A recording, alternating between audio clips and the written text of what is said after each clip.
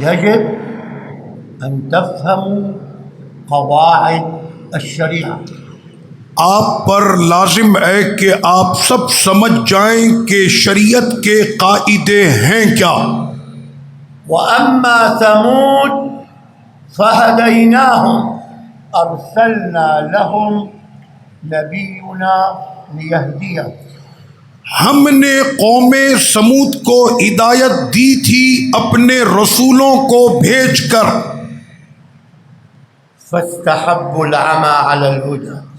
تو وہ ان کی ہدایت سے اندھے ہو گئے. فأخذتهم صاعقة الهود عذاب الهود. تو ہم نے پھر ان پر ایک عذاب کو مسلط کیا بما كانوا يكسبون. اور اس وجہ سے ان کو عذاب میں مبتلا کیا جو ان کی حرکتیں تھیں اس کی وجہ سے. لما عقروا الناقة استحقوا العذاب. جب انہوں نے حضرت صالح علیہ السلام کی اونٹنی کو مار ڈالا تو ان پر اللہ کا عذاب آ گیا تھا. فكذبوه فعقروها. تو انہوں نے اللہ کے نبی کو جھٹلایا اور اس اونٹنی کو قتل کیا. فدمدم عليهم ربهم بذنبهم فسواها. تو اللہ نے پھر اس پوری بستی کو مٹی کا ڈھیر بنا کر رکھ دیا تھا ان کے گناہوں کی وجہ سے. فقوم لوط لما ارتكبوا الفاحشة ما سبقهم بها أحد من العالمين. اور وہ قوم کہ جو ایک ایسے فحاشی میں مبتلا ہوئی کہ زمانے کی پوری تاریخ میں اس طرح کا بے حیائی کا کام کسی قوم نے کیا ہی نہیں تھا. ونهاهم نبيهم فلم يستجيبوا. اور ان کے نبی نے ان کو روکا تھا اس کام سے لیکن وہ باز نہ آئے. امر اللہ ملائکته بإيقاع العذاب علیہ. تو اللہ نے پھر اپنے فرشتوں کو حکم دے دیا کہ اب اس قوم پر عذاب مسلط کر دیا جائے.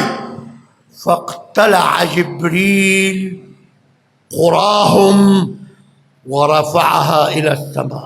تو پھر تشریف لائے جبریل امی اور اٹھایا اس پوری بستی کو آسمانوں کی طرف.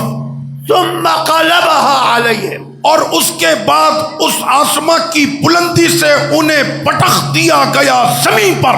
فجعل عاليها سافلها. تو وہ جس بلندی پر پہنچ گئے تھے اس کے بعد انہیں بستی میں پھینک دیا گیا تھا. وأمطر عليهم حجارة من سجيل. اور پھر ہم نے ان پر ان پتھروں کی بارش کر دی جو جہنم کے پتھر تھے. وأصبحت قرى سدوم التي يسكنونها بحيرة مالحة لا نفع فيها. تو وہ قوم جو تھی سمود کہ جس کے اوپر یہ عذاب آیا تھا اس عذاب کے بعد ان کے سمندروں میں بھی اتنی نمکینیت ہو گئی تھی کہ ان کے سمندر میں بھی پھر کوئی ایک مچھلی بھی زندہ نہیں بچی تھی. اذن تقرر الا عذاب الا بذنب. تو اب آپ سمجھ لیں کہ عذاب اللہ کسی کو نہیں دیتا اس وقت تک کہ جب تک قوم خود اپنے لیے عذاب کا انتظام نہ کر لے.